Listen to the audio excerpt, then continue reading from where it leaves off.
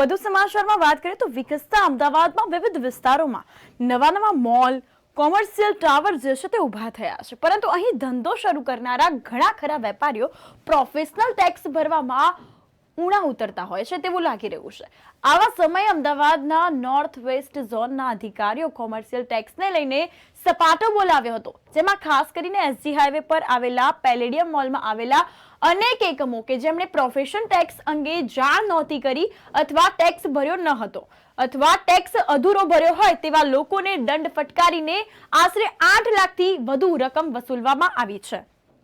જ્યારે કોઈ પણ પ્રકારનું કામ કે ધંધો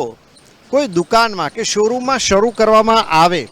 ત્યારે તાત્કાલિક જ 2 મહિનાની અંદર પ્રોફેશનલ ટેક્સની નોંધણી કરવામાં આવતી હોય છે અને આ નોંધણી કોર્પોરેશનમાં કરવામાં આવતી હોય છે। અને ખાસ કરીને જો વાત કરવામાં આવે તો અત્યારે ન્યૂઝ ફોર ઇન્ડિયાની ટીમ જે છે તે હાલ જે કહી શકાય કે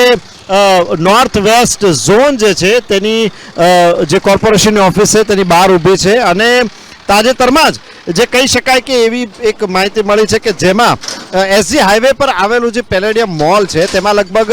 180 જેટલા જે એકમો છે તેમણે કાં તો પ્રોફેશનલ ટેક્સની નોંધણી નથી કરાવી અથવા કરાવી છે તો પ્રોફેશનલ ટેક્સ ભર્યો નથી અથવા તો કેટલાક એકમો એવા હતા કે જેમણે અડધો ટેક્સ ભર્યો છે પરંતુ અડધો ટેક્સ નથી ભર્યો। તો આવા જેટલા એકમો હતા આવા લગભગ 180 જેટલા એકમોને કોર્પોરેશન દ્વારા નોટિસ ફટકારવામાં આવી છે અને લગભગ 8 લાખથી પણ ઉપરાંતનો જે દંડ છે તે વસૂલ કરવામાં આવ્યો છે। તો અહીં એક વાત બહુ મહત્વની છે કે જ્યારે કોઈ પણ કામ કે ધંધો ખોલવામાં આવે ત્યારે 2 મહિનાની અંદર પ્રોફેશનલ ટેક્સની નોંધણી કરાવવાની હોય છે, ખાસ કરીને કોર્પોરેશનની ઓફિસમાં અને વધુમાં વધુ 30/9 એટલે કે 30 સપ્ટેમ્બર સુધીમાં જે તે વર્ષ હોય તેના 30 સપ્ટેમ્બર સુધીમાં આ નોંધણી થઈ જવી જોઈએ અને તો જ જે છે તે કોર્પોરેશન દ્વારા તમને નોટિસ નહીં મળે અથવા તો કોઈ પણ પ્રકારનો દંડ ફટકારવામાં નહીં આવે। કેમેરા પર્સન સારથી શાહ સાથે Kumar Barot, news four India, Ahmedabad.